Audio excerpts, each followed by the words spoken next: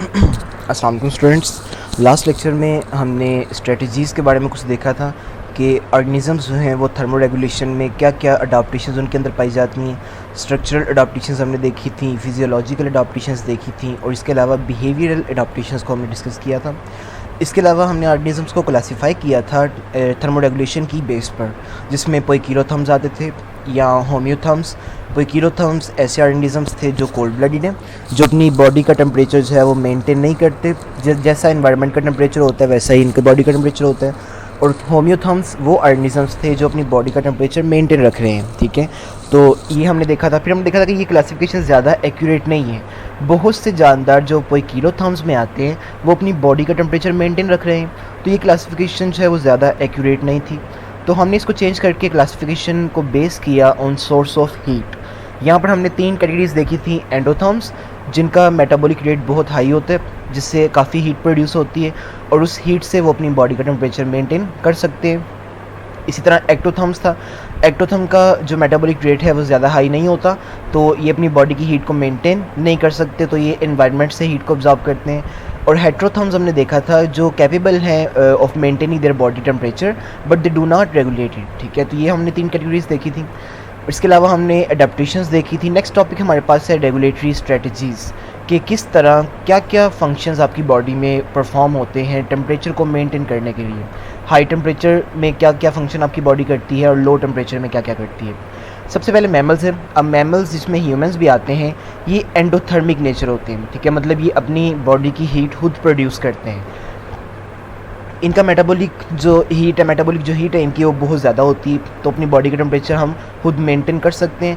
हम अपनी बॉडी का टेम्परेचर मेंटेन करते हैं from 36 to 38 degree centigrade, somewhere between 37 something, जब हम अपनी बॉडी का टेम्परेचर मेंटेन करते हैं। अभी जो एंडोथर्मी है, मतलब हाई मेटाबॉलिक रेट से बॉडी के टेम्परेचर को मेंटेन रखना, इसके बहुत से फ़ायदे हैं। ऐसे इसका फ़ायदा पहले देखें कि एंडोथर्मी जिन ऑर्गेनिज्म में पाई जाएगी उसमें हाई मेटाबॉलिक रेट होगा। जब मेटाबॉलिक रेट हाई होता है, मतलब रिएक्शंस आपकी बॉडी में तेज़ होते हैं, तो आपकी बॉडी में एनर्जी की अवेलेबिलिटी भी क्या होती है, ज़्यादा होती है। तो राउंड द क्लॉक हर वक्त आपको एनर्जी जो है वो अवेलेबल रहती है, एनर्जी आपके लिए। इसके अलावा जब आपकी बॉडी खुद हीट प्रोड्यूस कर सकती है, तो आपकी बॉडी में ग्रेटर एबिलिटी है अडॉप्टेशन की। आप किसी भी एनवायरनमेंट में जाकर वहाँ पर अडॉप्ट हो सकते हो। आप किसी गर्म एनवायरनमेंट में भी रह सकते हो, सर्द एनवायरनमेंट में भी रह सकते हो।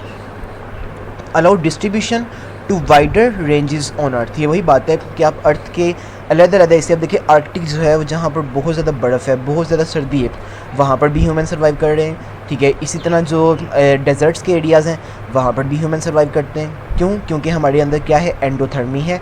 हमारी बॉडी अपने आप को रेगुलेट कर सकती है, अपने टेम्परेचर को मेंटेन कर सकती है। इसके अलावा हीट को प्रोड्यूस करने की जो है वो 2 तरीके आते हैं यहाँ पर। एक है शिवरिंग थर्मोजेनेसिस और दूसरा आपके पास आता है नॉन शिवरिंग थर्मोजेनेसिस। ठीक है, थर्मो का मतलब होता है हीट, जेनेसिस प्रोडक्शन, शिवरिंग मतलब कांपना। अब जब हम सर्दियों में कांपते हैं, एक्चुअली हो क्या रहा होता है कि आपकी बॉडी के मसल कंट्रैक्ट और रिलैक्स कर रहे होते हैं। ठीक है, तो इसकी डेफिनेशन देखें, heat production by muscle contraction. ठीक है, मूवमेंट और शिवरिंग।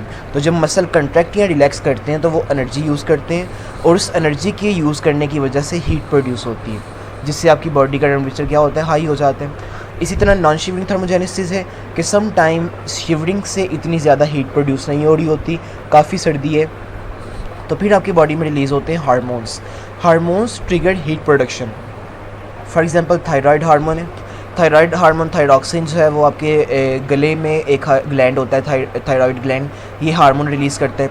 ये हार्मोन क्या करते हैं, आपके मेटाबॉलिक रेट को इंक्रीज़ कर देते हैं। जब मेटाबॉलिक रेट इंक्रीज़ होता है तो ऑटोमेटिकली हीट प्रोडक्शन भी क्या हो जाती है, इंक्रीज़ हो जाती है। तो ये 2 तरीके थे, शिवरिंग थर्मोजेनेसिस या नॉन शिवरिंग थर्मोजेनेसिस। इसी तरह कुछ मैमल्स के अंदर ब्राउन फैट पाई जाती है, स्पेशल टाइप की फ़ैट है जो रैपिड हीट प्रोडक्शन में क्या करती है, हेल्प करती है। ये फ़ैट हमारे नेक के रीजन में होती है, शोल्डर के रीजन में होती है या चेस्ट के रीजन में जो है पाई जाती है। तो ये फ़ैट जब इनकी मेटाबॉलिज्म होती है तो बहुत ही ज़्यादा हीट प्रोडक्शन जो है वो इससे होती है। फर्दर हम देखें कि कोल्ड टेम्परेचर पर ऑर्गेनिज्म किस तरह सर्वाइव करते हैं और वार्म टेम्परेचर पर किस तरह सर्वाइव करते हैं, क्या क्या अडेप्टेशंस पाई जाती हैं, तो इनके बारे में हम देखते हैं फर्दर। कुछ चीज़ें हम ऑलरेडी डिस्कस कर चुके हैं, जिसमें वेज़ो डायलेशन आता है और वेज़ो कंस्ट्रिक्शन आता है। वेज़ो का मतलब हमने देखा था पीछे, वेसल्स, डायलेशन डायलेट कर जाना, फैल जाना। अब ये कब फैलती हैं? जब आपकी बॉडी में हीट बहुत ज़्यादा हो जाए तो आपके ब्लड से हीट को बाहर रिलीज़ करवाने के लिए जो ब्लड फेस तक आ रहा है वो ब्लड वेसल ओपन हो जाती हैं। ब्लड वेसल ओपन होंगी, ज़्यादा ब्लड फेस की तरफ आएगा और फेस की स्किन क्योंकि बहुत थिन होती है, बारीक होती है, तो फेस से जो ब्लड के अंदर हीट है वो एनवायरनमेंट में लॉस हो जाएगी।